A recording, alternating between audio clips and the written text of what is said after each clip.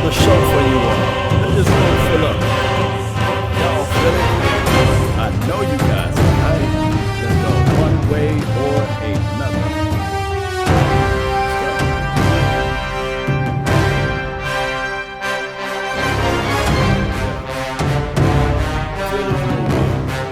Cowboy Nation, we've been down for 25 years, but I can tell people right now, the race is not to the swift, nor the battle to the strong, but it's to he that endure to the end. And Cowboy Nation, we die hard, baby. We will endure to this end, one way or another. Let's go. Let's talk about the God. In many life, there are guides, there are tutorials, there are places that you can go to show you where to go as it relates to historical data, as it relates to information for the nation. So my brother from another mother hit me up and he said, you know what, Law? I got this guy going on, you see, for the 2020. Now, everybody know that 2020 mean vision. You want to be able to see clearly? That's what my brother from another mother got over here. Hey, tell them who you are, man. You live like 95, baby. I'm live. What's up? Yes. What's up, Law? What's up, everybody? How's everybody doing, man? I'm getting ready to talk about this God. Well, yeah, so, me and Law been actually knowing each other for a year now, right. So it was obviously very easy for us to kind of talk ball. We always talk ball when we run into each other. So basically, this is giving basically the fans' eye, which also includes, which most don't, free agents as well as draft opportunities.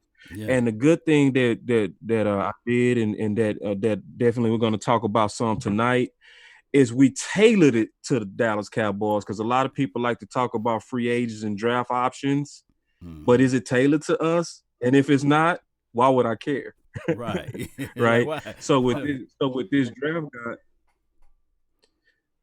draft guide and this offseason guide, where we go talk about the free agents, it gives us an opportunity to tailor the Cowboy offseason prospects to what's going to fit us.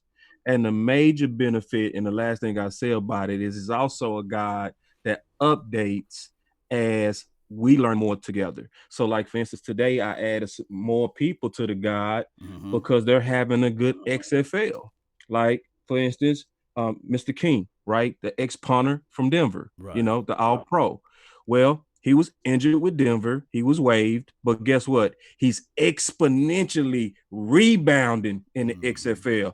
And are we having a punting problem right now, Law? Oh, yeah. And there was some news out there that Chris Jones played through injuries, and right. In a world, that's a, I guess in a perfect world, you can say to yourself, that's a noble thing. But football is about wins and losses. And when you play with injuries and we don't know about it, we chalk that up as a loss, you see. Right. You see. Yeah. We want to win, baby. And he didn't look that well last season. Right. And so with this guy, obviously King, that's another opportunity that's fresh off the press, right. That's updated now in the guide. So it's an opportunity where if you say, okay, what are some options even for punter? We have it.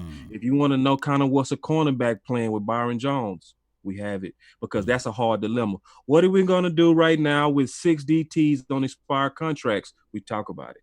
So it's so many different things with this, especially unique 2020 offseason with 30 expired contracts. This is something to kind of keep your eye on. And if you keep your eye on it, and you're part of the guide, it's going to help you be a real educated fan, especially by the time we get to the 53-man roster.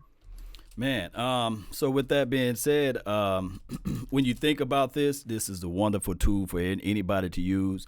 It's a wonderful tool for Cowboy Nation to really take a peek at. And even if you're in the NFC East, like the Eagles of the world, the Redskins, you know what I mean, the Giants, this would be a good resource for you as well, because now you can do your homework, and always studying your opponent, studying the opposition is the name of the game.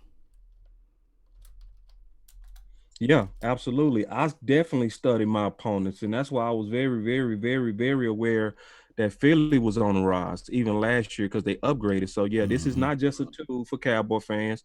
This is a tool especially for East and anybody that want to know their opponents. And because right now you'll look at us and you weak, but Mm-hmm. I had a lot of Philly fans purchase the book. I had some Redskins purchase it, and some Giant fans purchase it because we're going to see each other. Right.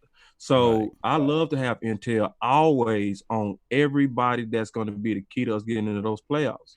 So that's a very good point. Yes, indeed. Boss, tell everybody where they can find that book too before we get into this.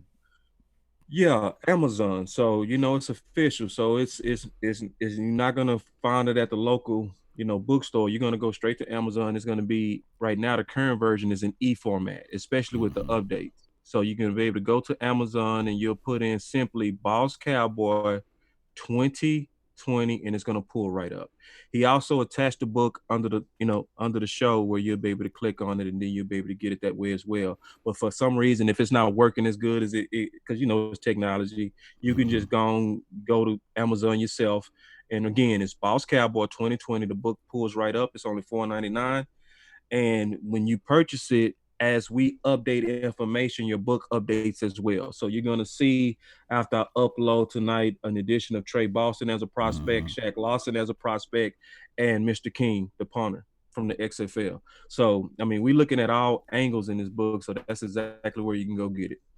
Man, that's some good stuff, Cowboy Nation. Y'all check out that book, man. Like I said, you can see it on the display on the screen. Go to Amazon and check out that guide, reference guide. Man, when people read the Bible, there's a concordance, there's a reference so that you can get deeper intel of what they're talking about, so that you can understand the nature of what they're talking about as it relates to a spiritual connotation, and as well as with these players. When you think about it, we want to know how tall the person is. We want to know what school they went to. Hey, we want to know their best moves. My guy, Boss Cowboy, then read and did all of his homework and research on that, so that you guys don't have to go and do all of the hard work. It's just easy and it's clickable, and then he'll have those pictures there and some slides and highlights. Man, that's a lot of good work, man. That is. Yeah, man, and that's the crazy part is I forgot Mm-hmm. to tell him that I got the highlights in there too, as well as video on the guys. Thank you. You selling the book better than me because that's one of the best features about it. I was talking to somebody today, man, and they Right. kind of like on your level, right, to where they really know the Cowboys. So they might not read through all the details like Mm-hmm. some people that's trying to really get deep into this offseason equation that we have going on. So guess how they using it? Mm. Law, what they're doing is when they have a question just about corners, they just go to the corner section, Wow. So when they go to the holy place in the bathroom and kind of, using that number two to kind of, catch up on things and kind of get the stuff out, Yeah. it's also a place they are on the phone and they able to kind of go through right the reading Mm-hmm. material for any kind of questions they had about a particular group. And if it's a guy that they're not used to, yeah, they clicking on the video is going right to them and they able to put their eyes on it. Because I don't think because like some people might say, you know what, it's not just about the ranking that I might have. Mm-hmm. You might have a different rank, Law, Right. right? And if you do, you can decide that from clicking on those links and seeing the talent for yourself, but then you'll decide from clicking on those links and looking at the actual talent where you think they should rank it. Then it'll Mm-hmm. help you come up with your own all-season strategy and obviously help your show. But that's just an example with me to you. But that's also going to be good for those who are just trying to figure out different prospects that's available from free agency to the draft. Yes, indeed. You can't beat more information. The more you know, the better you know, and the better you will be out there, especially in the barbershops and out there in the mall and the alleyways and byways. Man, you know how they go. Oh, But man. but quick shout out time, man. Shout out to Natasha, my Cowboys family. Always a lady. Really appreciate you for tuning in to the nation. Shout out to you. Nate Push Weight, appreciate you on Twitch. We're live on multiple platforms. This will be on iTunes, Twitch, Twitter, Periscope. So we everywhere. Shout out to those that's on the Facebook panel. Carrie Teagle in the house. Deshaun Taylor. Hey, if you guys can do us one big favor, just share this thing. Sharing is caring. Andrea, really appreciate you. Do you have any shots out that you want to get into, Boss Cowboy, before we start talking Cowboys, sports talk? Oh, yeah. I mean, I heard my boy Kerry name because I'm not on Facebook, but I know Kerry Tigo. real well. So when Yeah. I do this, Kerry, this is for you, my brother. He's from H-Town. So when I see Kerry, I know him very well. So, he rock his head to the side, man. Kerry, that's for you, my brother. Yeah, rocking the hat to the side. And speaking of that hat, being rocked to the side. Hot Boys. You know, hey, here's my thing is with the Hot Boys. They came out with this name. Now, everybody knows self-proclaimed name. You got to stand tall and be ready and be on G, waiting on O, right? So, heading into this 2020 season, I do see some Everson Griffin. He's out there on the streets, or he should be out there on the streets because he's asking that, hey, I want to be released. I believe that's what I'm seeing in the comment box. And they talking about this guy, Snack Harris. You know about him, too. Yep. Can you talk to me about these prospects as it relates to defensive tackle, as it relates to free agency or in the draft? Let the nation know about what you know. Yeah, well, defensive tackle, man, with that list that I pretty much have in the book, I identify the specific 30 expired contracts, and the biggest need by a mile is defensive tackle. It's huge. Right? It's epic. It's like, I mean, once you really look at it, it's actually very bad. But the good news is when I attack it from the book, you know, and it's in my book on chapter 5, the first thing I bring up is the red shirts, right? So I call them red shirts. So red shirts is just kind of like a college term with people that's the developing players that's up and coming, right? You gave them 1 year to kind of get their stuff together. And that would be Tristan Hill, right, who really played, but I call him a red shirt because he was more of a lower rotational player. But then you also have Daniel Wise, and then you have Joe Jackson. So even though it looks as if we only have six defensive tackles on expired contracts, we still do have a sense of a reserve, right? So once we get past that and we look at, you know, we have to look at who could potentially come back. Right. So we'll talk about who's actually potentially could come back. So you have Ross. What you think of Ross? It could be a situation because he didn't play that much. He didn't play as much, so you know. But he was I guess, locker room favorite. He was the hype guy when we was out there in Oxnard. He was the guy that really pumped up everything as it relates to dancing and being the person that gave everybody life, especially on the one-on-one drills. He was the driving force out there, believe it or not, Cowboy Nation. Right. So you got him, and then as well as you got Covington, Bennett, Hyder, Woods, Collins. So let's just talk about it, me and you, just straight ball, right? So we know we got the red shirts because they under contract. True. But out of those 6, like, who would you say, let's just talking ball as if I didn't write about this, because I don't want to talk what I think. Let's talk what also you think. So out of those guys, what would be maybe some guys that you think would maybe come back, Law? From a financial aspect, I think that they probably let McClain, number 96, go, you'd say. Right. Just from a financial aspect of it. And, of course, we know that this new system, 2-gap, is different from a 1-gap, and we would like to see them back, but according to what we've seen in the previous 3-4 years or what have you, just not been enough for us from 96. So they might cut the fat and let number 96 go. And who else you had on that list? So we got Antoine Woods. Antoine Woods. So what would I guess be your assumption of Antoine Woods? I'll give you mine for right now. I think Antoine Woods, with him being a restricted free agent, he's somebody that I think is going to come back because he's automatically under that designation going to be inexpensive, right? So, and he's one of the better players, but after the Redskins game, he had to get his knee back together. So the timing of his injury mixed with the marijuana is going to make him humble, in my opinion, and a good deal right now. So, like, this was unfortunate for him to get in trouble with the marijuana, unfortunate for him to have a knee injury, but fortunate price-wise that it makes us get him more than likely cheaper and motivated to put in one more extra year on good behavior and try to get his bag. So I see him coming back. Well, he's like 305, 310, give or take. The human log. I think he lost 20 to 30 pounds to play in this particular system. In Tennessee land, when he was playing up there, he didn't look that well. And they was a 2-gap system at that time. They were running a 3-4.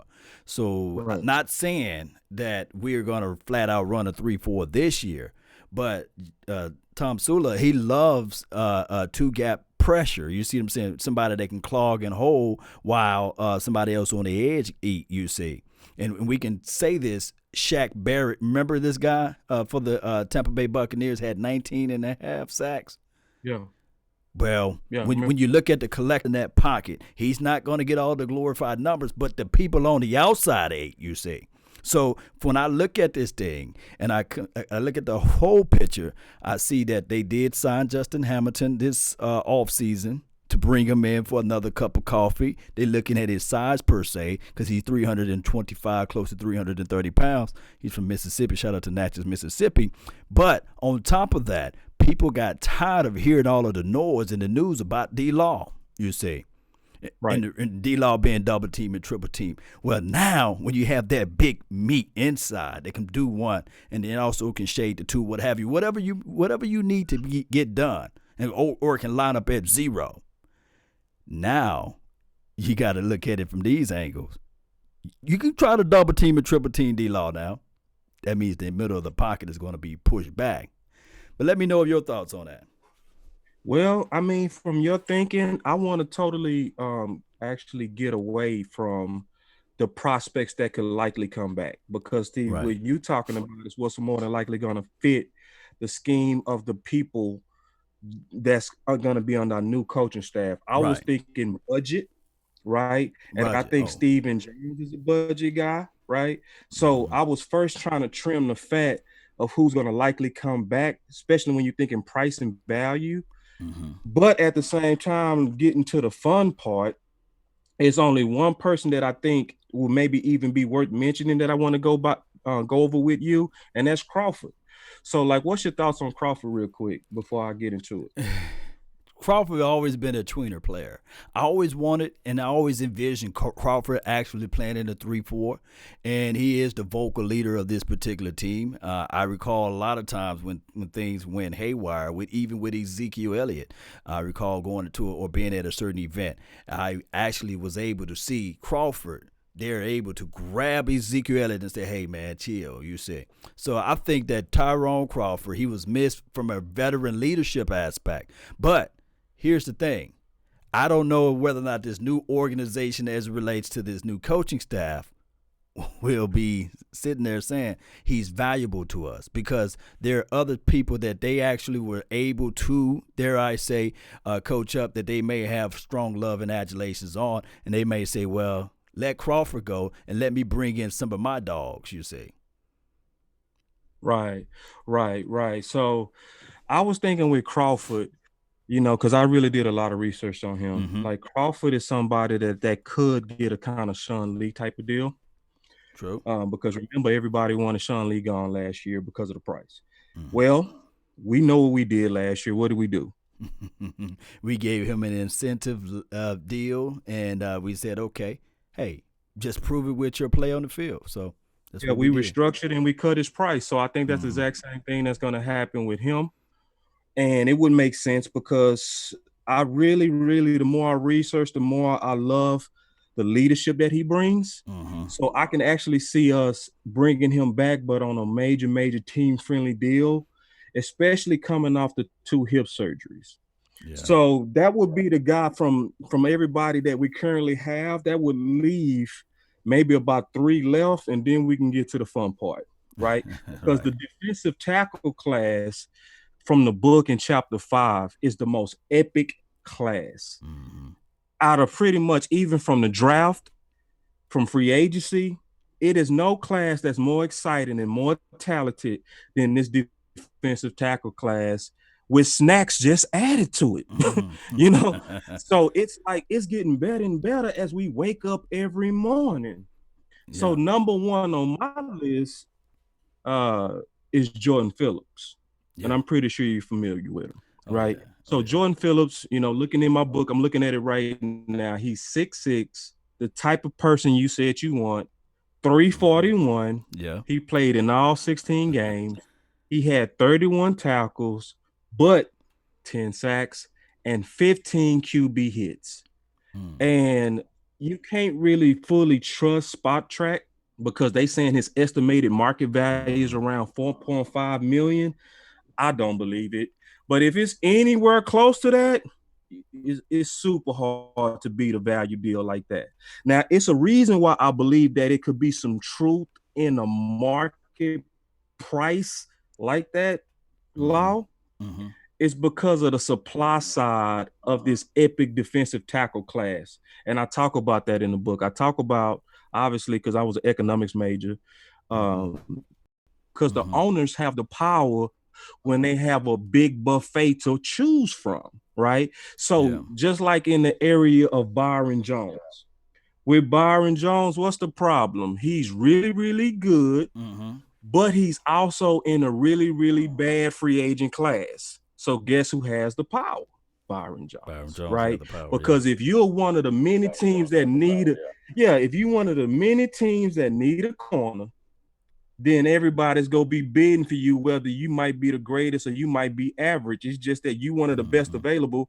I say it like this: if you're looking for a lady and you go out to the club and you have an appetite for 10s and only 8s are sitting in there, if you really want to take a lady home, or if you really want to run a club when there's more available, so you gotta have to either wait till it's a better class, right? Or and I'm talking about with Byron Jones, right? So with this DT class, it's like going out and you trying to find your lady, and you go out and it's like they're everywhere. You have the power, right? Right. So with this class, this gives us ability to super shop. So if Phillips was available last year, he would cost way more. But now in a class that's over 25 defensive tackles, you'll get him for a dirt price. And so it's a couple of people identified that I talk about in this book. He's one of my favorites. He's actually number one on my value sheet, because I just didn't, because we know us, Law. You know us. We shop week 1. Nah. Are you talking about week one of the free agency? Free agency. We don't shop week 1. So it's like, it's no use of having, in my opinion, and just tell me what you think on this. It's no use of having Neiman Marcus type of shopping habits when we shop at Marshall's. You see what I'm saying? So that's why some of the people that's available, obviously I like them, right? And like them a lot, but you also know they go cost too much, like DJ Reader, from the Houston Texans. His calculated market value right now is around $11.9 million. Too much. Now, is he likely a better player overall than Jordan Phillips? Yes.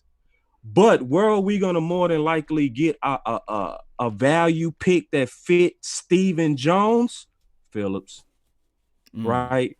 So another guy identified as a value pick in the book that I think fit us like a glove is also Danny Shelton. So like when Danny Shelton, I talk about that his calculated market value right now, according to Sport Track, is 4.7 million, right?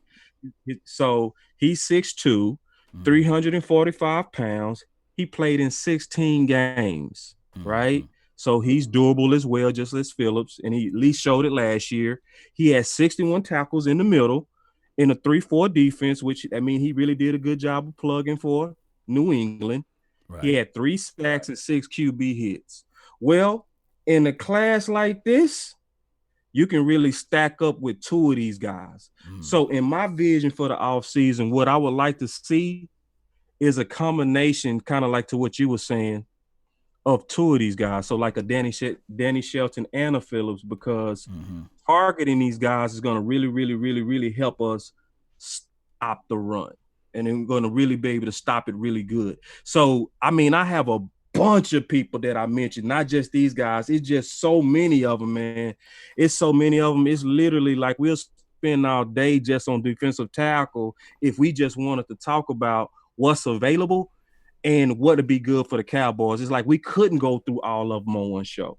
But just kind of giving an example, you said, so what's the strategy for this defensive tackle was your question. Should we target it from free agency or from the draft? So like, first I want to get your thoughts on it, then I can give you mine, because I have a different strategy, but I want to probably hear from you first, Law. What do you think? It is crazy that sometimes you talk to people and you'll never know until you talk to people on numerous occasions. And I didn't know that you was an econ major just like me. So Yeah. and that's a good thing, man. So I know that how you're thinking with this. And there's assessment, whereas we call known commodities versus the unknown. And of course, the xenophobia of anything is always the scary part, right? So we would rather know something before we just dive deep into something or hoping for the expectation of something. So I do agree with you as it relates to defensive tackle. Now, I look back at the Stephen Jones philosophy when he talk about the free agency, and he says this right here. He says that on the front end of the free agency, people pay C players as it relates to A players, and they pay B players as it relates to A++ players, meaning that you will pay too much on the front end. Now, with all that being said, we do have 77 to close to $80 million in free money because we have not paid Amari Cooper. We have not paid, dare I say, Dak Prescott or Byron Jones. So maybe they can reach into their pockets and pay for a Shelton or pay for a Phillips, like you said. But in reality, I think that Jerry Wayne Jones and Stephen Jones may just do this, since that class is so deep now, may wait to after the draft to address that particular deal, because then, dare I say, people who go out there and draft a Derrick Brown, or people who drafted a Javon Kinlaw, or somebody who drafted a Neville or a Blacklock or what have you, or even a Raekwon Davis, might let go of their veteran defensive tackle, and he may be out there, and then there may be some more guys that's out there for cheap. You see what I'm saying?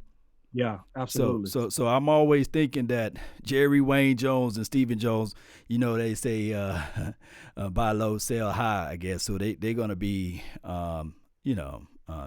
waiting till after the draft to take a real good look at those defensive interior guys. And I can see that because see, after the draft last year, remember it was some quality sitting there even after the draft. True. Because Daniels was still there after the draft. If my memory say right, Snacks was there. I think I said Daniels already. Sue was there after the draft. So you're right. Even like, so it's like we could approach this like we got to get it done through free agency, but it's so many. It's still, in my opinion, to your point, that's good. Yeah, that's a real good point. It's going to be a lot of people still sitting there after the draft. So I could see it almost seem as if we didn't plug that hole, but until we plug that hole. So I was actually also thinking this just as it relates to defensive tackle and maybe what the strategy could be. The old saying, and you're a metaphor guy like me, fool me once, shame on you. Yeah. Fool me once, shame on you. Fool me twice, shame on me. So we already went. It was McCoy. Thank you, Curtis. Thank you. McCoy. So yeah, you're right. McCoy was available, but so we already learned multiple times. Don't go after a defensive tackle in the draft and assume that they're going to come in and be a hero. True. And really, we learned that across the whole defensive line. Because we were saying we needed a war daddy, right? Right. About 2 or 3 years ago, we were saying we needed a war daddy. But really what we needed to do was what? Wait, because we had him. Who was it? Tank. What happened? Yeah. It just took him 3 years to become Tank. You see what I'm saying? So same thing I would say would happen with Tristan Hill. We drafted him, and it was sold to us, in my opinion, as if he was going to be a day one impact player. Right? Yeah. But in reality, he's just a normal developing defensive tackle that we likely won't see the best of him until year 3. So it's a lot of people. Yeah. Exactly. So it's a lot of people that's real high on Kinlaw. And you can see why, or maybe even Raekwon. Right. And you can see why. You can see the rawness, the upside. You can see the bend. You can see the push. He wins a lot at the point of attack. You can see it. Right. But almost like when you look at what happened with Jordan Phillips, right? Mm-hmm. And you look at who was also drafted to come over to be with him with Buffalo, right? Mm-hmm. They drafted the defensive tackle from U of H. I forgot his name at the tip of my tongue. But before you get into that detail, shout out to Guitar Slinging Zombie Killer. I don't know if this is official, but he said the latest news on the I guess new collective bargain agreement, the CBA, that there will be no more suspension for marijuana per the latest NFL news. That would be big news, believe it or not. That would be actually big news because I hate to say it, but hey, David Irvin, hey, you want a cup of coffee? Can you come on down here to Big D? We just want to call you up right quick just to see where your head is at. Also, Randy Get Down Gregory, hey, what's up, man? How you been living, man? Everything okay with you? Hey, I smell you. Hey, I know you're hot boy right now. But hey, let me see if you can put that shoulder on the ground again. You see? Man, and see, That would be listen, nice. man, I wrote 2 articles on that, man. Yeah. Last year, I called it the buy and hold strategy. And I was saying that the Dallas Cowboys should buy both of them low right now, which was last year, and hold on to the ride and wait till the CBA is done. Now, Right. I checked out that CBA deal. I don't think it's going to pass tomorrow, to be honest with you, man, because they put a couple of poison pills in it that might kill it. Like one of the things that they said in the CBA, man, is that even though they put out a proposal to play for Week 17, the max payout on it is $250,000. Yeah. That's not gonna pass, man. I'm sorry. It will pass for the rookies in the second and third year players, but for those veterans, oh no. Oh, there's gonna be a revolt.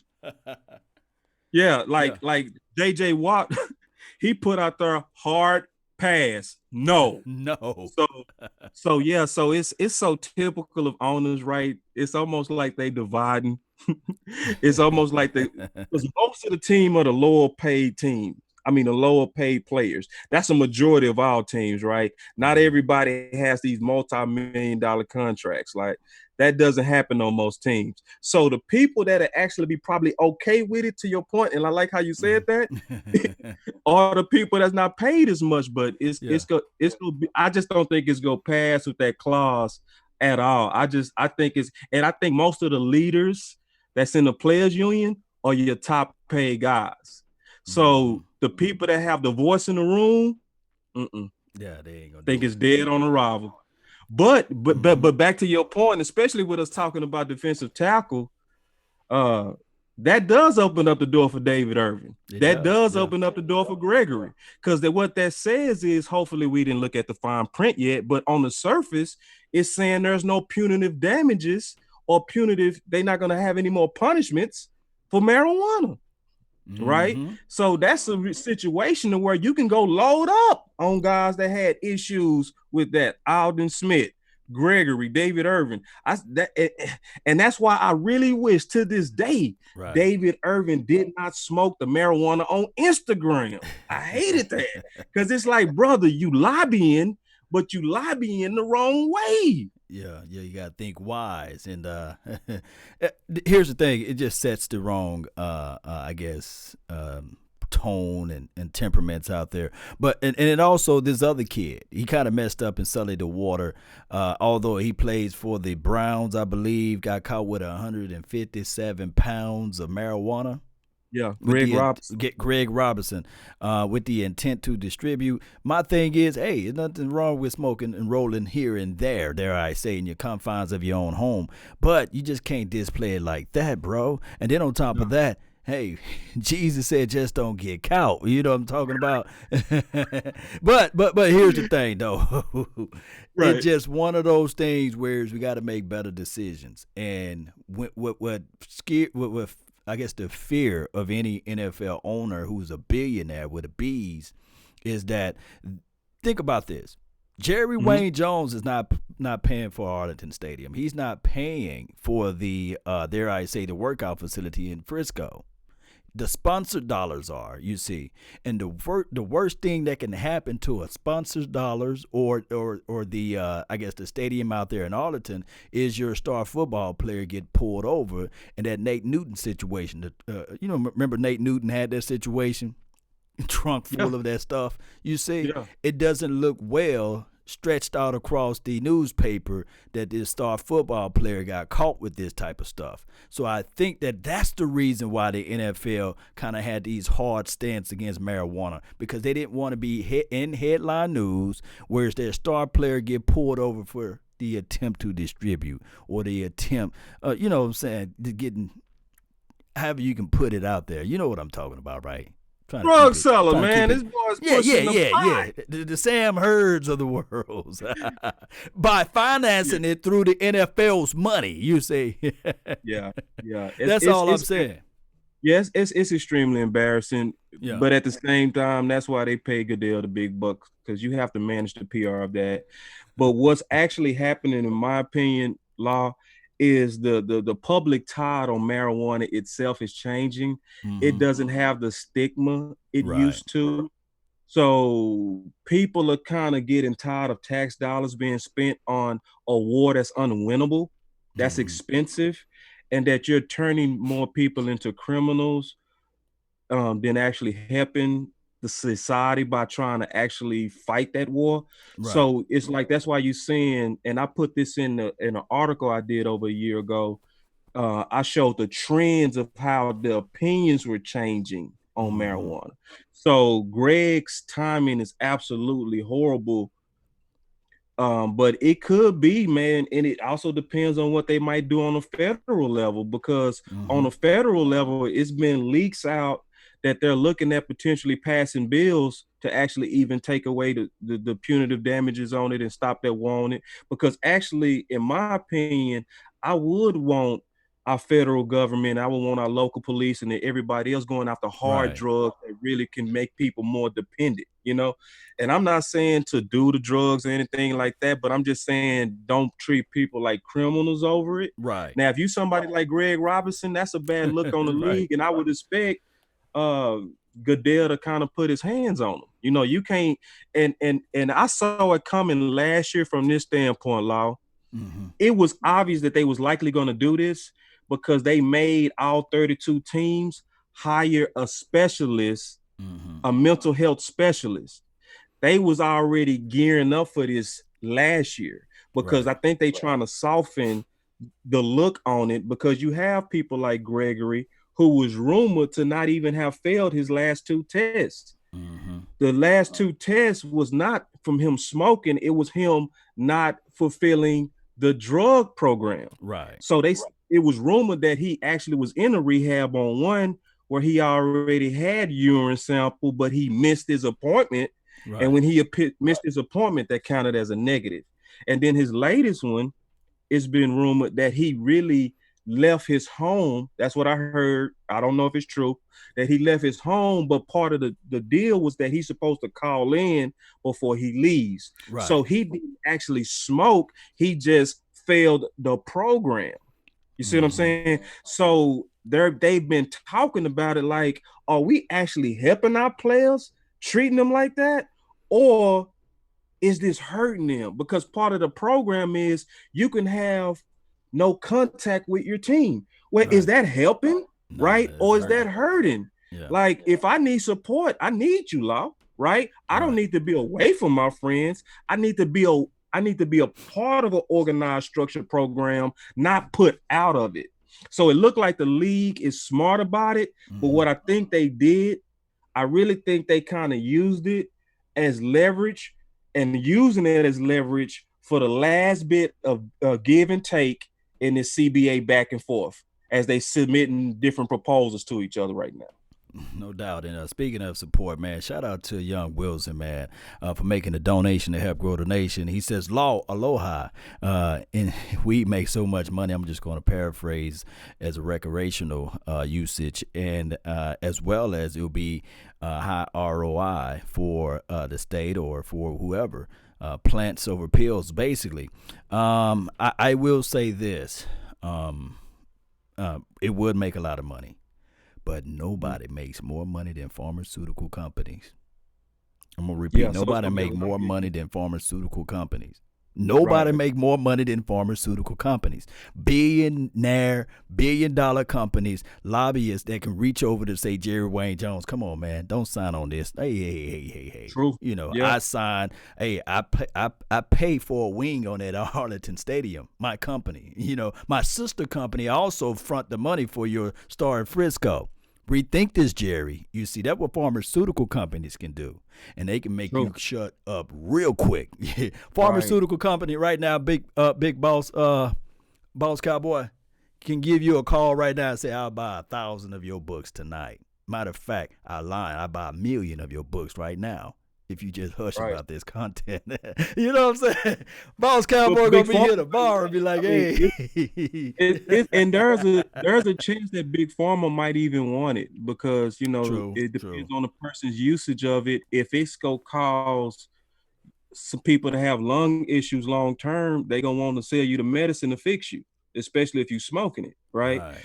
So, but you're right. I think it's an uphill battle the whole way, and that's why it's taking it so long anyway, right? Because the common sense says that it's definitely not a Schedule I drug, how it's still Right. labeled with the federal government, but at the same time, you're looking at such a big wave of momentum against the punishment of Mm-hmm. marijuana Right. because you have, I think baseball doesn't even test for it. I believe, I think they came out and said the XFL doesn't test for it.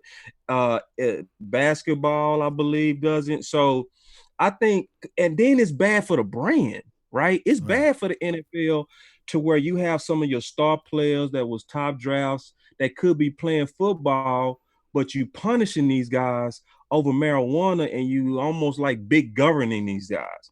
And that, I Mm-hmm. mean, it's because they have to worry about the reputation, but at the same time, it's like people, I just think people are tired of it. I just think people are tired of just dealing with it, like, and just Mm-hmm. looking at it. Like um I'd rather see Gregory on the field. I Right. really Right. Instead I'd of us rather see talking Arden about Smith this, yeah. instead of Mm-hmm. talking about this. I'd rather see that talent and entertainment of football players playing ball, not dealing with the back and forth of Right. this guy's an idiot. He smoked marijuana, and then we dealing with this, and Goodell need to get out of it. Then you have other Right. people. It's just so much talk when other sports have said we don't deal with it. We don't even test for it. We do steroids, we do hard drugs, and we don't deal with that. Right. And they moving right along. So but it's gonna be interesting. Like this off season is already gearing up. It's And like starting. what are your thoughts on the 17 games? I'm just reading some of the comments here. What are your thoughts on 17 games collectively speaking, from a I fan love it. I mean, I perspective? love Okay. football, right? Wasn't you sad when it was wasn't no more games left? I Yeah. mean, I love the idea of 17 games. I think it's the way that they roll it out is going to be important, right? Because Yeah. one of the ideas that I had that I hope that they would do with this 17 games is maybe wait about 3 years before they implement it, Right. or maybe four. And the reason why I said maybe do four is because then you allow contracts that was under the 16 duration period Mm-hmm. expire, but then the new people going into new contracts will be negotiating for 17 games, I right? see what you're saying. Yeah. Just So think about it long term. yeah, like Yeah. go ahead and get, because if they try to implement everything now, it's already getting messy. Because first of all, people trying to figure out how you're gonna pay for that extra game when the people that was under contracts was under 16 game contracts, and you already seeing weird stuff like proposals for $250,000 for an extra game when under a 16 game contract. I think somebody like Wentz would be losing $2 million. I mean, True. I love football, but Lord have mercy, man, you're not gonna take $2 million out of my pocket when I Yeah. agreed to 16 games. So, I mean, as a football fan, I would like to see 20 games. Football connoisseur. Hey, but Yeah, I mean, here's the thing is with this boss Cowboy. It goes back to, like, for those who love the reverence of the game, you already know that the stats are going to be inflated, because it's always used to be like, man, this guy threw for this many yards in the game in a single season. You see, so all of that is going to be inflated now. yeah, Also, the injury aspect of it. There's just so many things that can go with this, and the owners, all they did was circumvented this whole entire situation by not giving the players more money, but just said, okay, we no longer have this size of a pie. We're just going to make a bigger pie and cut you all the same slice of the pie. To me personally, I don't like the salary cap situation. I do know that the salary cap was put into place so that there can be a parity in the NFL. But the New England Patriots proved that the salary cap does not does not create more parity, what have you, because they went to so many Super Bowls, you see. And their division is so trash at the time for the last 20 years or what have you. And one can argue about the NFC East, but that's a story of a different day. So what I'm trying to say is that the NFL, they're very clever with this by saying, okay, we still going to give you guys the same percentage, but we're going to fool you all by adding an extra game. And on top of that, cutting the cap to $250,000 as the max that you can make on the 17th week. And on top of that, I have to say this before I let you speak on this. Of course. On top of that, they got fans, people that support the brand, people that support the Cowboys or people that support their collective team or respective team saying that this player is not worth this or this player is not worth that, while the owners get to run off and say, hey, they mad at the players. And I'm the one that making billions of dollars. I know that there was a report in 2016 just off of TV ad revenue. This is 2016, bruh. $7.3 billion with a B. That's how much the NFL made. You think the players getting a piece of that pie? I mean, yeah, they getting a bigger piece of the pie. That's why they cool with it, because the revenue splits is going to go more their way now. That's why they agreeing to it, because I went through this in a lot of detail. One of the things that was holding them up about the 17 games is that extra game was going to hurt their pensions, right? Because their pensions was more so based on 3 years. But if you add an extra game to these guys' career, you also taking away the average length of time that they play. So that means more than likely they're going to have to go from 3 years to earn your pension to more like 2.8 games. So I think they already might have feel that.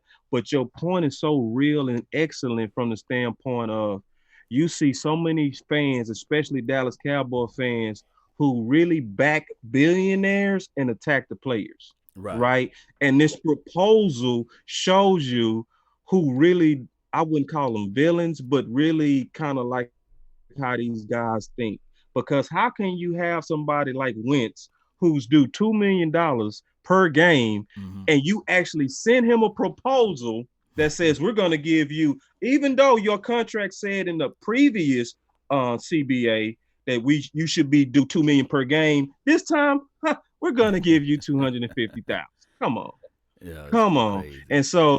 And so like I put out a video that showed that Jerry Jones, he made it very, very clear. He said I've been dealing with contracts, like over 100 contracts since Emmett. And he said the sticking point on most contracts is either the money or the time.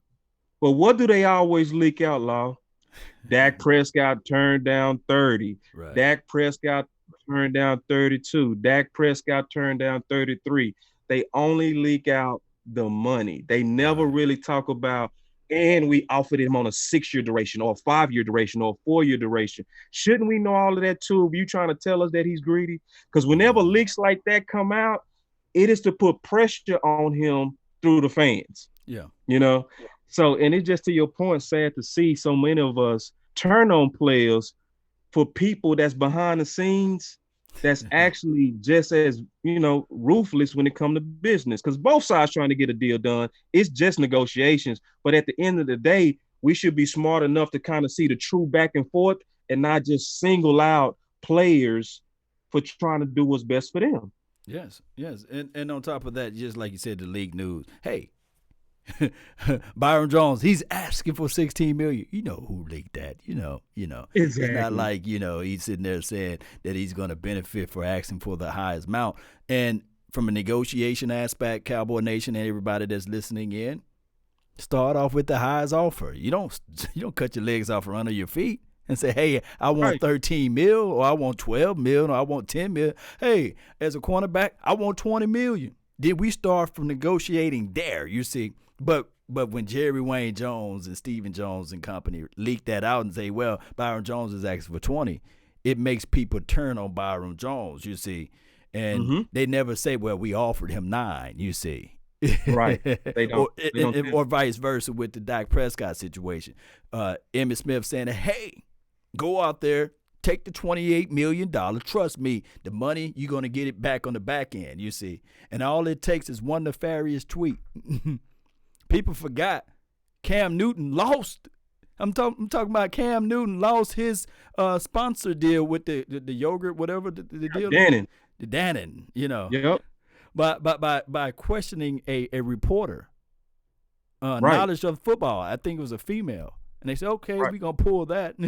No more commercials for you."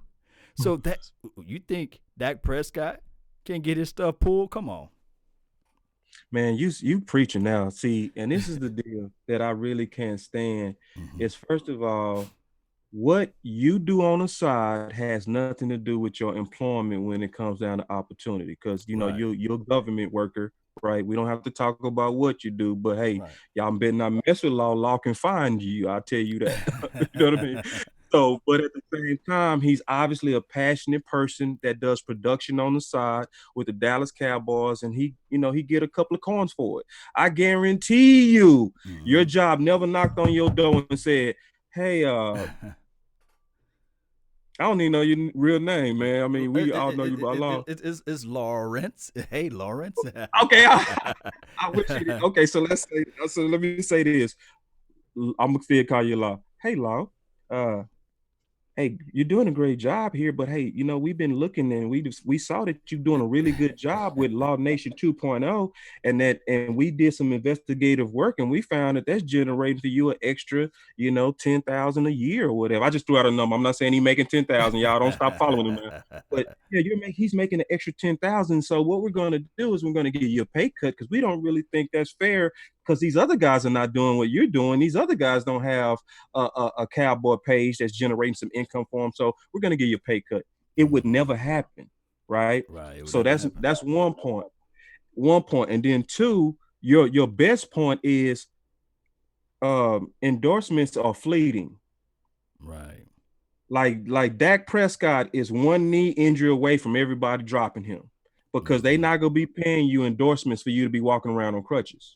So there's no really guaranteed future when you're trying to budget on endorsements. You can't do that, and you shouldn't do that, and you'll be a fool to do that. Right. 3, and the big one is this, and this is another big one that I don't like about the proposal that the Jones and Emmitt Smith and people like that like to propose on players. What I hate about that is you're assuming that Dak wants to be an entrepreneur mogul. And that's not the case for everybody, Law. Right. Like there are certain people that want to play football, retire, and maybe go work with kids. And it's no guarantee that even a job after you play for the football is going to sustain. Yes, true. Jason Witten got the first dib at a prime job and skipped everybody, but he did not have the skills to keep it, did he? Right? So even though he got first dibs, it wasn't no guarantee. So when Emmitt and people like that come out and tell another man that he should take a pay cut now for something that's going to pay off 20 years later, come on, man, stop that.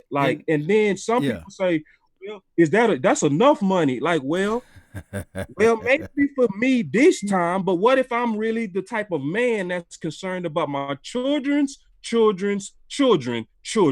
Then that type of person should be concerned about every penny now.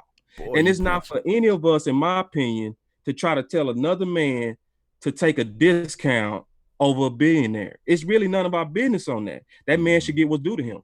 Yes, indeed. And then on top of that, Cowboy Nation and beyond, let's not forget about the old rule of 2 type of situation. What's good for the goose is good for the gander, you say.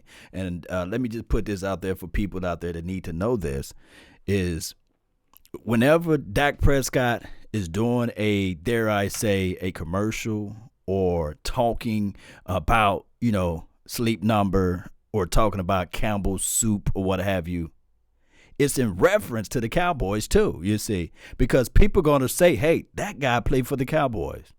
And don't get it twisted. Any image used in the Cowboys name, they have to get, all rights are reserved for the Dallas Cowboys. You see what I'm saying? They got to get permission to talk to Dak in the first place. Don't you think that there's money being exchanged when they say, hey, Dak, we got this Campbell's Soup commercial going on. We need to get in contact with you. You see? He don't walk in there by himself. He don't get the clearance to talk about certain things by himself. You see, there's an exchange that happened. On top of that, Cowboy Nation, y'all got to understand that also Jerry Wayne Jones is benefiting by having his star Cowboys quarterback out there talking about Campbell's Soup, you see. Because on that Campbell's Soup, dare I say, we'll have a star logo on that Campbell's Soup, you see.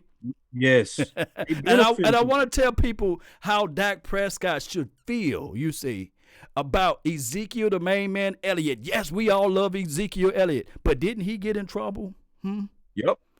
Okay. Didn't he get paid full contract, $90 million? Oh, can I go a little bit further? Please do. Jalen Smith. We talk about how Dak Prescott have not lived up to expectations. And now, trust me, I love Jalen Smith. I love the swipes. I love the clear-eyed view. I love the message. But have he played beyond his expectations? We love to see that out there. But collectively speaking, since 2016, have he played on the caliber or level as everybody's sitting there saying that he deserved to get paid before Dak Prescott? On top of that, when you look at his collective salary, dare I say he was making more money than Dak Prescott. Let that sink in. Dak Prescott was making $680,000, making only $40-something thousand more than Rico gathers, you see. So we got to look at the entire picture. La'el Collins wasn't even looking for the money. He got hit in the face with the money. So what this is painting the picture of is that Boss Cowboy is sitting there saying that I love you a little bit, but I don't love you all the way, Dak. I don't have real trust in aspirations. I have my reservations on you, Dak.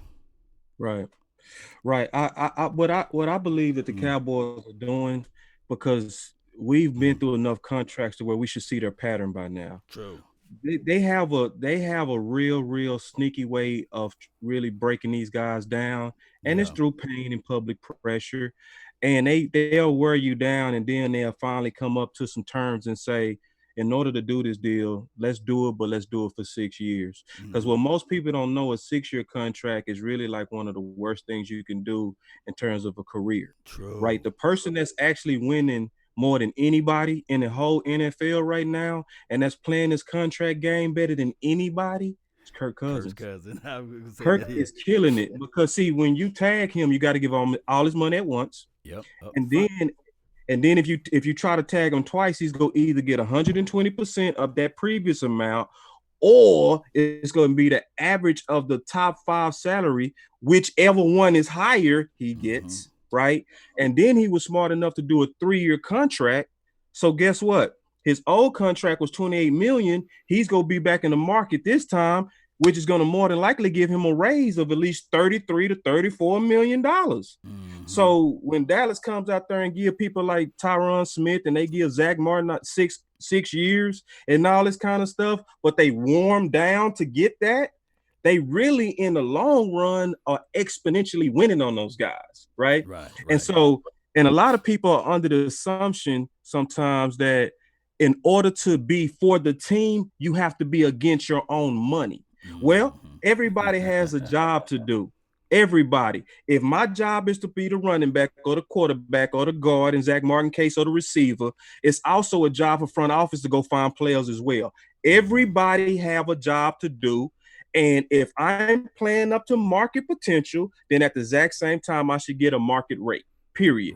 And it's other ways for me to help the team other than giving discounts. We can refinance this deal. We can restructure this deal. We can make room for players in other ways other than me just taking it straight out of my pocket and giving it to you.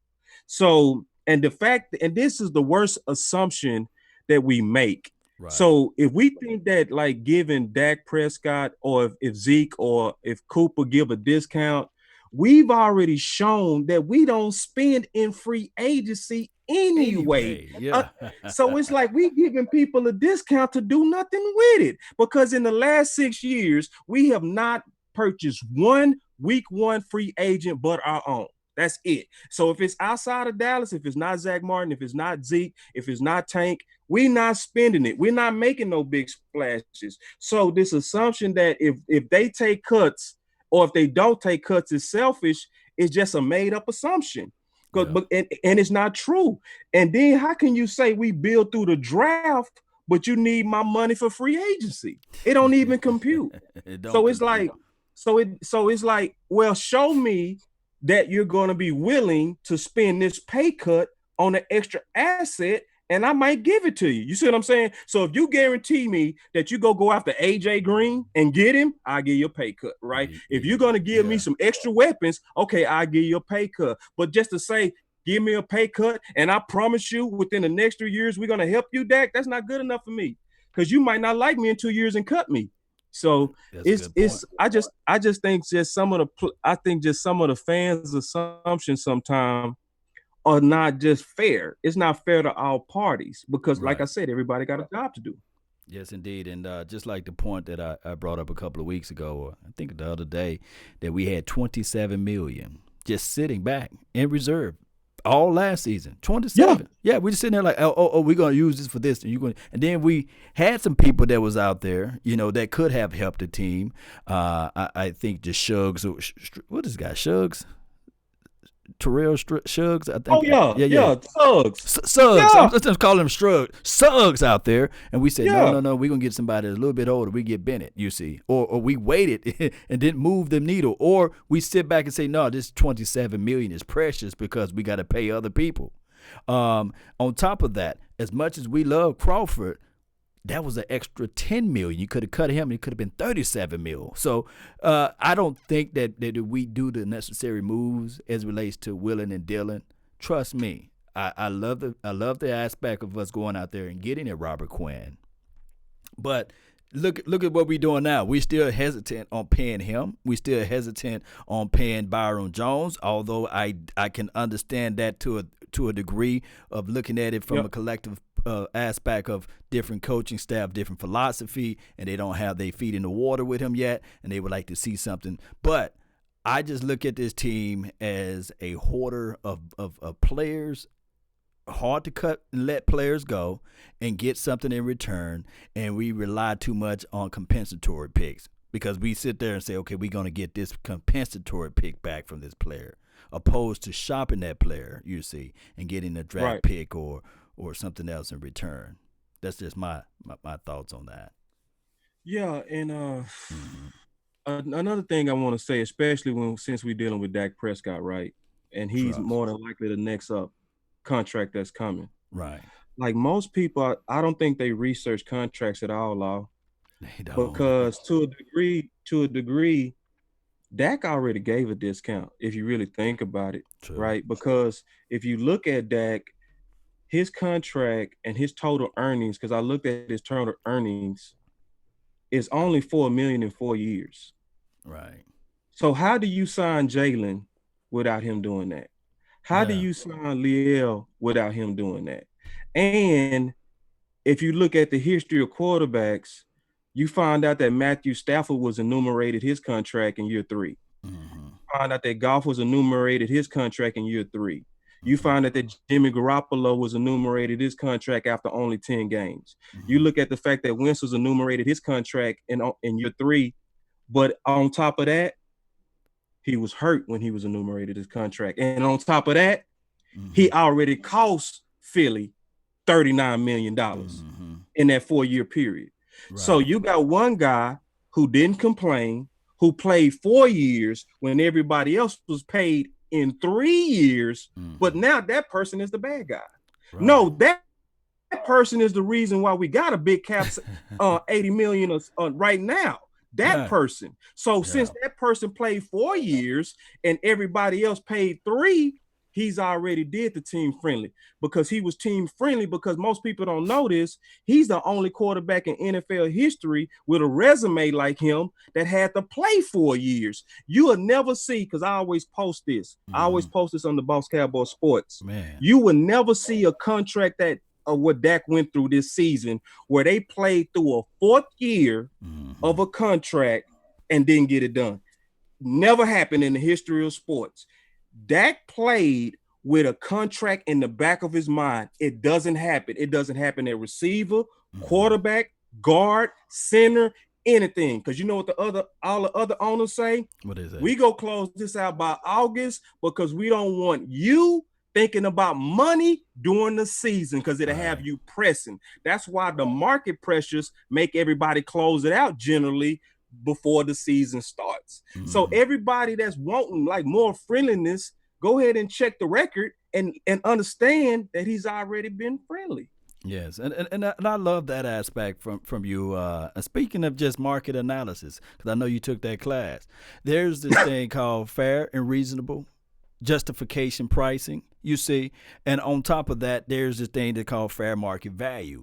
There's no way that you can have the type of stats or even the, dare I say, not being injured, of playing for 4 years or what have you, that you can sign below market value. It doesn't work that way from a market standpoint. So right. I do believe in Dak Prescott as relates to him saying that, hey, I'm going to let my agents handle everything, because you can probably – overlook the player from the owner aspect, but those agents, trust me, they took their justification classes. You see, they took their market analysis classes, and they look at everything not from an emotional aspect of it. You see, and they can look at it and say, okay, from the projections that we see, forecasting what Dak Prescott have done, is going to do based upon his health, based upon his average game of play. And on top of that, I do know that the talking heads, they don't do the market analysis research. They don't look at that. They just look at it and say, okay, Dak Prescott is an 8-8 quarterback. He only went 8-8 1 year, right? But all of a sudden he's 8-8 and he can't win big games. But think about this, collectively speaking, people fail to realize that this year was a game that was put on the head coach's head because he didn't make the necessary adjustments. Look at the Minnesota Vikings game. I want everybody to look at that tape. Dak Prescott was slinging the ball all over the field. Slinging. And against that particular defensive backs, there was no slump. Yes. You see what I'm saying? No. But on top of that, on that, what is it? It was a 2nd and 1, run. 3rd and 1, run. 4th and 1, ran the ball. You see what I'm saying? And it was incomplete or what have you, and that's why we lost the game. Not being prepared for those Patriots game, you see. Had the perfect weather outside in freezing temperature in Dallas, for crying out loud. Knowing that we had to go up there in Boston land in a frozen, in another frozen weather or what have you. And the coaching staff said, you know what, we're going to practice indoor. Like, you're not getting ready for battle, you see? Of course, that's a winnable game that we could have won.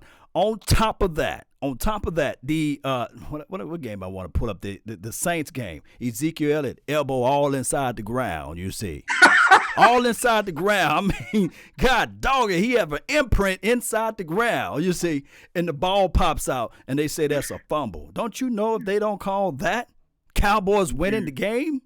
Yup. The phantom pass interference call on Amari Cooper, dare I say, never got called that in his whole entire career since 2015. Oh, all of a sudden now that's pass interference. You play football, boss. Twice. What are the odds of being called pass interference twice? Twine, you see. Keep that on your mind. Yeah, exactly. Oh, my goodness. It's a lot of stuff that went on. And on top of that, let me just say this one more thing with the Philadelphia Eagles game, because I get a lot of people saying that Dak Prescott lost to the Philadelphia Eagle who rolled out the Walmart All-Stars. You see, people fail to realize the way the Eagles play. It's not about the wide receivers on the outside. It's everything to do with the tight end set, running the vertical tight ends in the running game. Remember, the Eagles, when they won the Super Bowl, it was nothing to do with the air. It was run, Eagles, run. Yeah. And the big passes that was on that team that Carson Wentz was able to get, it wasn't against our DBs.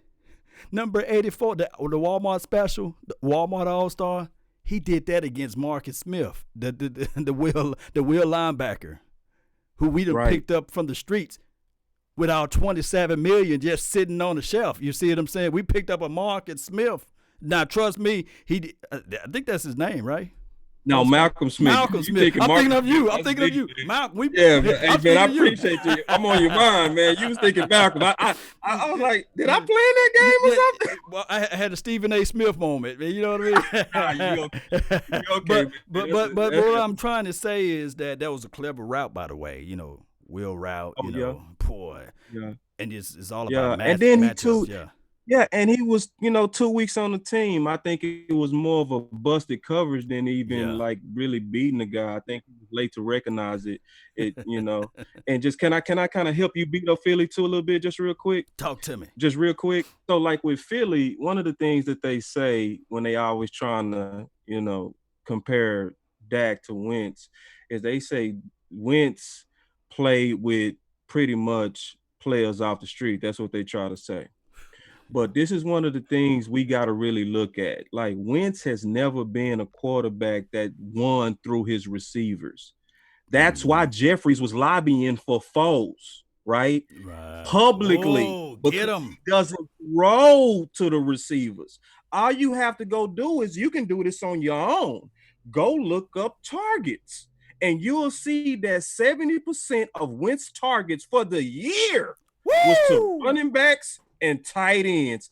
If you don't get your dink and dunk butt on, because see, everything that they accuse Dak of being is what Wentz is. If 70% of your targets are to tight ends, you are not a downfield thrower, and you're not the arm that people are saying that you are. It's just made up, fabricated stuff just to hate on the Cowboys and our quarterback. They made it up. And then you saying that he carrying trash. The last time I checked, my man, is Ertz top 3? Yes. Woo. Can anybody go check and they'll see real quick? Dallas Goedert is a top 10 tight end. Top 10. And then go look at this. Ward paid better than Nelson Aguilar. Nelson Aguilar was a first-round receiver. Boston Scott, they called him trash. Highest trash to NFC Player of the Week. Howard came back. He was ready to go. You know what they said? Welcome back, Howard. Stay on that bench. We got somebody better in Boston Scott. So this whole fabrication that Wentz was carrying bombs. No, really what happened is Philly has an excellent personnel department. True. They just did good at keeping talent around him. Even when Lane Johnson went down, is it really so bad when the first pick of that draft was Dillard? I mean, me and you cover the draft. Yeah. Don't we know that he was the top tackle in the whole draft? Yes. So when you saying that he carried, no, he's like anybody. Any quarterback needs weapon and support around them. But they create narratives, and it's not even just against Dak, in my opinion, Law. Preach. It's against all the Cowboys. Yeah. So, and they create these narratives because they want to sell ads. And our fan base is so big, if they create these narratives, like for instance, this was one of the dumbest ones, man. Like, high five me if you think I'm right. We're going to do it on camera too. How in the world did Zeke decline? That don't make no sense in the world, man. That's crazy. I mean, that's crazy. How is a 100-yard season a decline? But that's a created narrative. Let's really talk about what really happened. What really happened is we was throwing the ball more. It's only one ball. If Dak have a good game throwing, you probably go see a 60-yard game from Zeke. If you see a 120, 30-yard game from Zeke, you could probably see a 200-yard game from Dak. It's only one ball. So what's going to happen is whenever one of them do good, they go target the other one to say that they're bad. And they pull out these old crazy negative stats that mean nothing just to make stories out of it. Like, for instance, this one. This is garbage time stats, I which want to is hear a that. total Yeah. lie. Oh, my The goodness. garbage time stat is the biggest lie. If anybody just go look up where Dak got most of his production, it was in the second quarter. So it's like stuff that they say is so, and this is what they say about Cooper. Cooper, checked out a play. Something is wrong with Cooper because if you go look at him on the road this year, it looks like he's not as good. What does playing on the road have to do with overall annual production? No, what they did is they pulled any negative trend and they try to market it just so they can sell ads. But the people that eat that and then they start pushing it on each other and we start fighting each other over it, it's Cowboy fans. It's Cowboys fans. Because if you think about it, and I'm glad you mentioned this, because this year alone, last season alone, I had more Eagles fans, Redskin fans, and also Giant fans in support of my channel and support what I'm saying, opposed to the Cowboys fans. I'm sitting there like, that's a fact. I'm just like, whoa. He said, man, shit, I wish we had Amari Cooper. You know what I'm saying? I wish we had a Dak Prescott. You know what I mean? The coach just said, hey, we'll give him max contract tomorrow. You see, $35 million. We'll give that brother whatever he asking for. We will give him that. You see, but it's the Dallas Cowboys fans that I go back and forth with, and I'm sitting there saying, it's not the fact that I'm trying to elevate one to break down the other when I talk about Tony Romo, but I just try to bring in the reality check because, trust me, I believe deep down in the hearts of heart, Tony Romo would have had him a Super Bowl ring if we didn't have the clapper out there. You see, there's no difference between Tony Romo than Drew Brees. I seen Drew Brees take over a game. I saw Tony Romo take over multiple games. Better than Drew Brees. But man, Drew I think Brees the Holy Ghost hit you. Boy, I'm telling you, Drew Brees never got the hate. Look, put it like this. Boy, God dog it. Like a boy said, say what again? Say what again? But put it like this. I've seen Drew Brees go 7-9. 7-9, 7-9. Never got the label. Tony Romo, I'm sitting here fighting for Tony Romo. Go 8-8 3 years in a row. All we hear about is 8-8, 8-8 Romo. And I said, boy, are these guys looking at the game? On top of that, the 7-9 to 7-9, I don't want to hear about, well, he didn't have weapons. Or I'm talking about Drew Brees. He didn't have weapons. But guess what? They had Sean Payton. You see? They had wide receivers. They had tight end. They had offensive linemen. They had some weapons. And on top of that, guess what they didn't bring up? Garbage time stats. They didn't. Yeah, hallelujah. They didn't bring up garbage time stats against Drew Brees.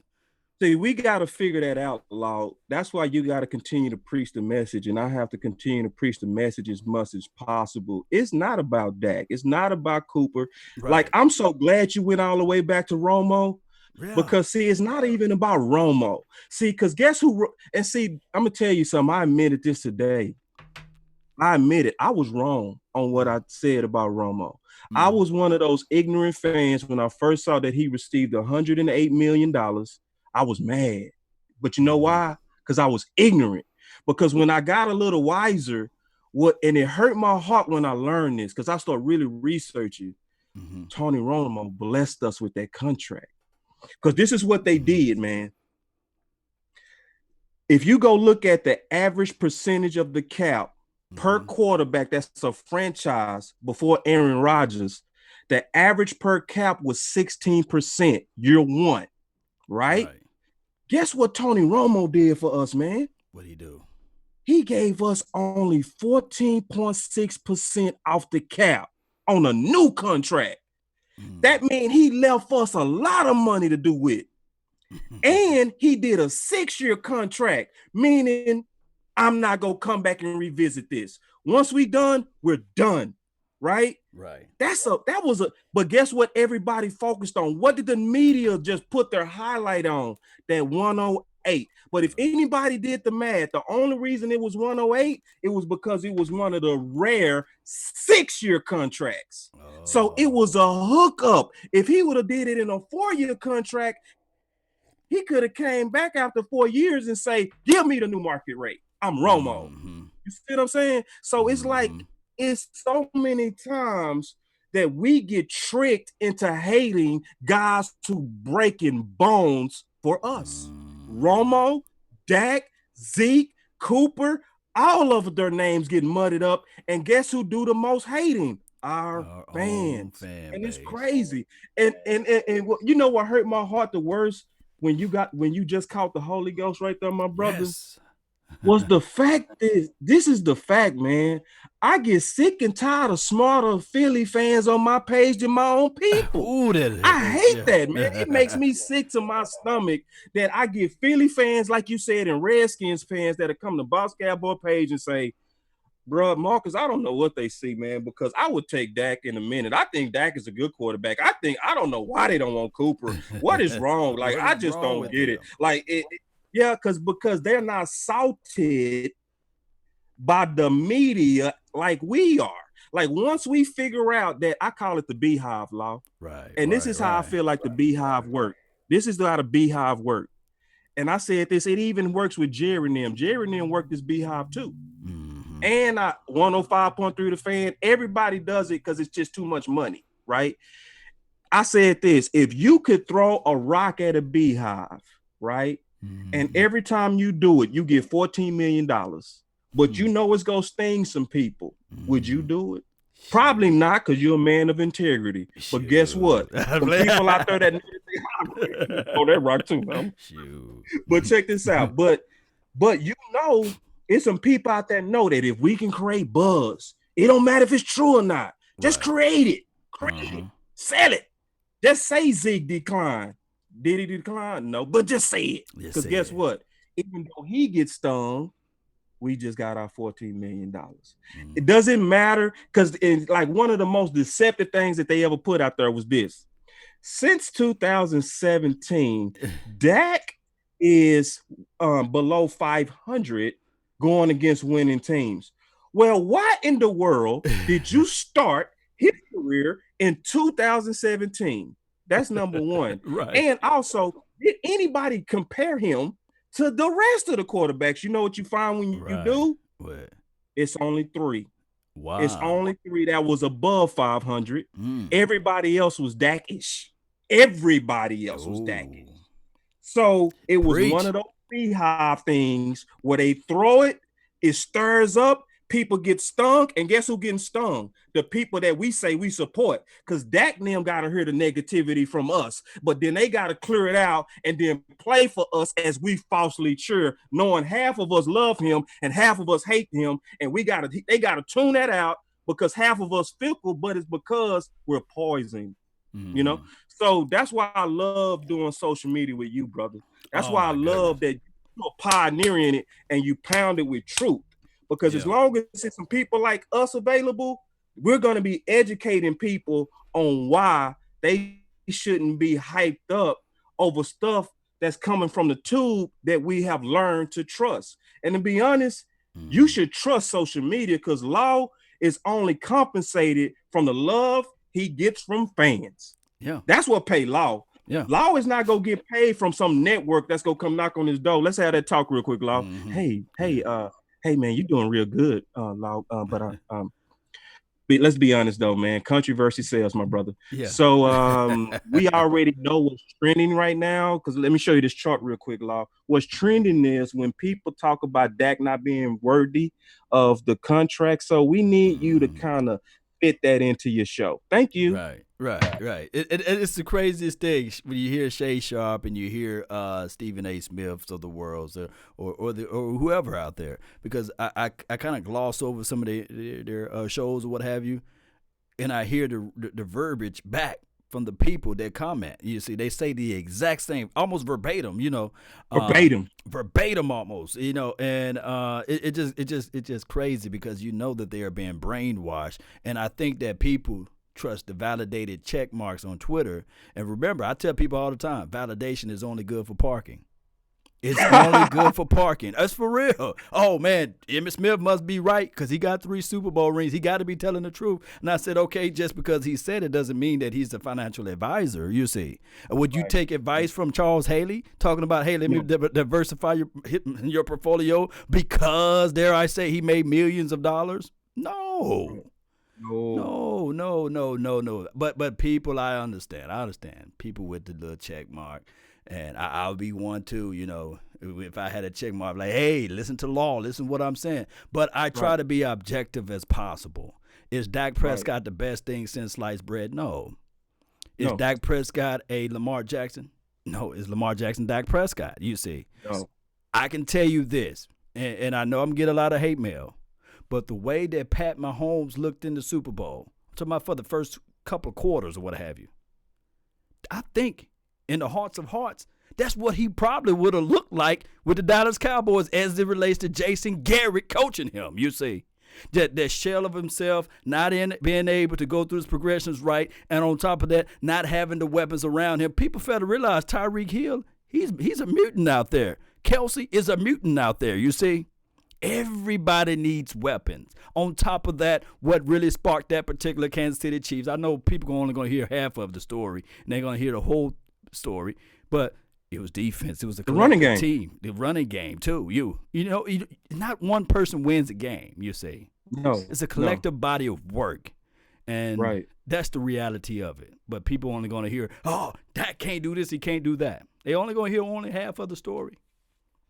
Yeah, and can I say one more thing, man?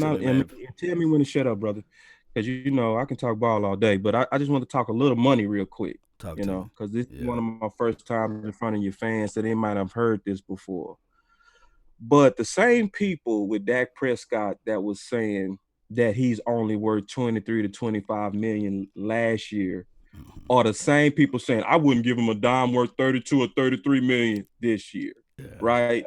So I gotta ask the question and then try to also uncover the mystery when I get a chance, right? And I could tell you what happened. This is what happened. Dak Prescott price went from really around 28 to 29 to 30 million this time last year, and it jumped up to now 34 to 35 million. You know why? Because 4 quarterbacks were signed, right?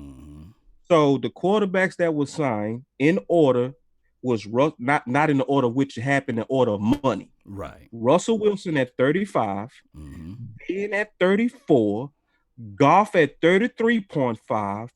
Then you had Aaron Rodgers at 33.5 and Wentz at 32. So if you average those together, that comes up with the exclusive tag number of 33.6. Okay. Yeah. I did this math a lot, so it's in there, right? So 33.6. Now, and then you have to ask yourself, which tag will they likely use on Dak, right? It will not be the non-exclusive tag, because none of us are going to let our beautiful lady go out there to the club with a thong on with a see-through dress. We're not going to do it because we want to protect our woman. They're not going to let Dak on a non-exclusive tag hit the market, because then Dallas would have to match a proposal that would be from a wanting team, right? So they're not going to do that. It's going to be the exclusive. So knowing that, what is the real bottom to Dak? That means you shouldn't even be sending over a proposal unless it's 33.6 to start. Right. So I wanted to say that first. But then I wanted to give a fair warning on this. And this is a big warning. 4 quarterbacks push the market from 28 to like 34 now, right? Let's count the quarterbacks that's likely in this market. Matthew Stafford, Tannehill, Kirk Cousins. Let's add some potential goats to it.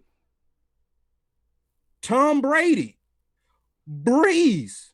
Let's add some young beasts to it. Mahomes, Lamar Jackson, Teddy Bridgewater.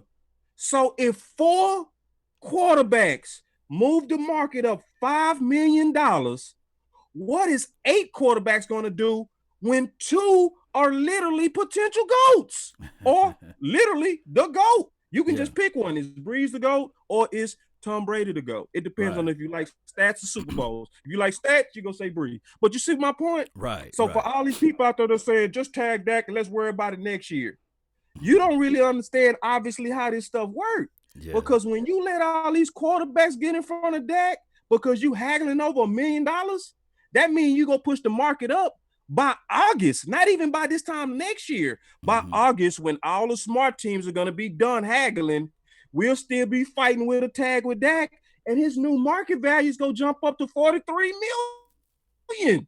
Yeah. And people don't see it coming, like they sitting back like it's not going to happen. Just remember this. If you was one of those people last year saying Dak is only worth $25 million, you have changed your tune to 33 and you don't even you don't even know how you changed it. But guess what? By this time next year, you'll be saying, I'll be damned if I give Dak 41. He's only worth 40 to me. Just think of it. So it's like, get it done. Get it done. Maybe even if you have to pay a little bit more, get it done. Because you want him to be first. Because if you wait, I think I probably almost lost you, man. But I feel exactly what you said, boss, man. A lot of people don't understand money. And they don't understand money, and they don't understand money, and they don't understand money. They would look at $3 and they look at the $5 bill and say, "Hey, give me 3 because 3 is more." You see, and that's just the general public, believe it or not, And unfortunately, they just don't understand money because the salary cap increased from 40% since 2015, or it could be more than that, believe it or not. And when Carr brother signed his contract, $25 million, people were like, "Whoa!" It was record breaking. But what it did is open the door for Aaron Rodgers to renegotiate his contract, and he was the first to hit 33 million. Yeah. And from there, the next person in line was Russell Wilson because his stats were comparable to, dare I say, and Aaron Rodgers. That's why he was able to get to 35. But if the Carr brother never signed a $25 million, we won't be having these conversations. But in the meantime, between that time frame, the salary cap increased, and owners got fans mad at the players opposed to the owners because they pocket most of the money. And that's just how it goes, unfortunately, Cowboy Nation. There's no such thing as salary cap hell because you can always get over that number. You just have to do some hard cuts. And this is the funny part.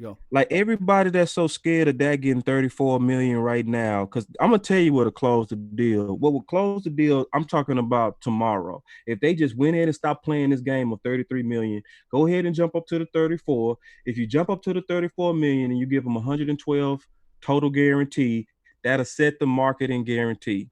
It'll get done. Dak will close that deal, right? So, but this is one of the biggest deals that I want to say. If we sign Dak now, we won't even have to wait 2 to 3 months before we realize that we will be very happy that we signed him. Extremely. Because first of all, if we signed him now, it'd be before the CBA closed. Right? Yeah. Because if you get this extra 17 game, it's going to jack up prices even more. Right. Then it's going to be the increased revenues that just got negotiated into the CBA. That's going to be factored into the new contracts, right? Then on top of that, it's going to be a run on quarterbacks, which going to jack the price up even more. So we'll mess around and sign Dak right now for 34. By the time we get to August, quarterbacks will be going for 38 and 39 and 41, and we'll be like 34, not so bad. Right. You see what I'm saying? So it's like a lot of people, like you said, that's why they need to listen to shows like this, because you're not going to get the truth. Most places. You gonna get people that saying like false lies, like if you pay Dak, that means you can't really build a team. Well, who's left? Like I know we have 30 expired contracts, but all the main players that's really key and foundation to our team, they're signed. Our whole offensive line signed to 2023-24. Right. We got Zeke signed to 2024. We got Tank signed to 23-24. He's a main guy. We have Jalen signed to 2023-24. So, like, the main guys that's the core of our team are done. We really just got who? Cooper, Dak, Dak. and then a bunch of other players that's more so that you can kind of swap in and out. But the team ain't dead because you just paid two guys that's in waiting. So it's like rumors that we make up and stuff that we make up. It's not even according to really kind of what's going on financially with the Dallas Cowboys. It's just this cow boogeyman that we make up in our head, and it's a boogeyman. Right. It is, Boss Cowboy. So tell people again, man, where they can find your book, man, to those who just joined in. Yeah, man, go to Amazon Mm. and then put in Boss Cowboy 2020. Remember, the uniqueness of the book is the fact that it deals with free agents as well as draft options. Mm-hmm. Some people starting late, right? So what they can do is they can use the guide if they want to just have a place where they can go line by line and kind of try to catch up on prospects. They can use it as that. If you kind of like a big picture strategist, chess player type of guy, and you like to read and kind of go through potential options, you can use it as that. If you want to use it as a video link to catch up with players, you can use it as that. But one of the most important things that I wanted to do is I didn't want to pretend like I knew everything. Right. I wanted to open it up for the fan base for us to be able to dialogue and add to it. So, like, for instance, I added about 6 people today that I didn't know about that I got from fans. You see what I'm saying? Yeah. And what I do in the book, Law, is when I get a player that I found from a fan, I put them in the book. So they're going to be a part of history. It's going to be ongoing. And the only time this book is going to really officially close is when the 53 roster is done. So you can go to Boss Cowboy under Amazon 2020 and the book will pull right up. And also be interactive with it. This is not gonna be the first time on Law's show. I'm gonna circle back around before the draft and stuff like that, and we're gonna still talk about prospects and stuff like that. But have the book by then, have it by then. That way we on the same page. Interact with Law, interact with Boss Cowboy. Say, hey man, Law, say, did you think of this guy? And Law will come to me and say, hey man, I like this guy. My man showed me this, and I think he's a good prospect. And I say, man, that's a good prospect. We adding you to the book because of Law, So be interactive with it. This is a tool that I want us to learn how to actually talk with, reason with, and also be in history with. So anyway, that's how you go find the book. And thank you so much, Law, for having me on, man. I had a wonderful time talking ball with you, my brother. Indeed, man. Likewise, and shout out to everybody that's tuned in for this special episode, Boss Cowboy. If you are not following his Facebook page, man, you're missing out on some good information. You do live shows as well with West Coast Cowboy as well, DC Scouting. So check out their pages, man, and you will get a good treat of wealth of information. And shout out to Andrea on my Facebook. I didn't know it was your birthday, so happy birthday to you. I would sing those tones to you, you know what I mean? But it's kind of late right now. And Vero, really appreciate you, James. Shout out to all of the mods, man. Thank you all for tuning in. Incognito, really, really do appreciate you as well. Toby, what's good with you, man? Brandon Lambert, man. Really appreciate you all, man. I can't say this enough. By us growing the nation, we get people like Boss Cowboy. We get people like Mark Holmes, Vach Lombardi, Okoye Media, Big Game James. Everything else remained the same. You know how it goes. My Cowboys family and beyond. We get people that just don't like the Cowboys because I don't like them. I don't like the Cowboys at all. Nation, I love them, you see. I love the Cowboys. I cry when we lose. I punch holes in the walls, you see. I want to strangle and choke somebody when they talk about my Cowboys. But in larger points of this, we all one big family, right? Right. We are. Yes, indeed. And let's continue to grow, man. Boss, you got any other parting words you want to leave out? Yeah, man. My boy Brandon, man, he asked me, is this a Gator jersey? Absolutely not. It's a Troy Aikman Pro Bowl jersey, my man. I'm not a Gator guy. I'm a University of Houston guy, man. I would never rock the Gators. But anyway, yeah, man. I just want to say thank you, man. I can't wait till we do it again. Yes, indeed. We will. 5, 4, 3, 2, 1. I know y'all ready for to get crunk with this thing. I gotta see some fire emojis. Gotta see that fire, baby. Fire design. Shout out to the Periscope, baby. We live over there. Yes. Hey, boss. They said if you can keep your head when all about you are losing theirs and blaming it on you, if you can trust yourself when all men doubt you, but make allowance for their doubting too, if you can wait and not be tired by waiting or lied about, don't deal in lies or hate it and yet give way to hating, and don't look too good nor talk too wise. If you can think and not make thoughts your aim, if you can meet with triumph and disaster and treat those two imposters just the same, then there I will say, Pulse Cowboy, you will know that you are a true Dallas Cowboys fan. Let's go. Reeves. Yeah.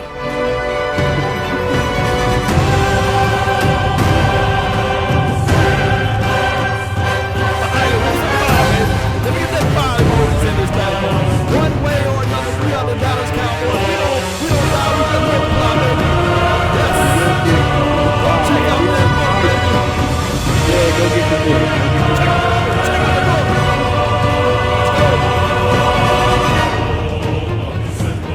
Let's go. And remember, you all are listening to absolutely nothing but the best.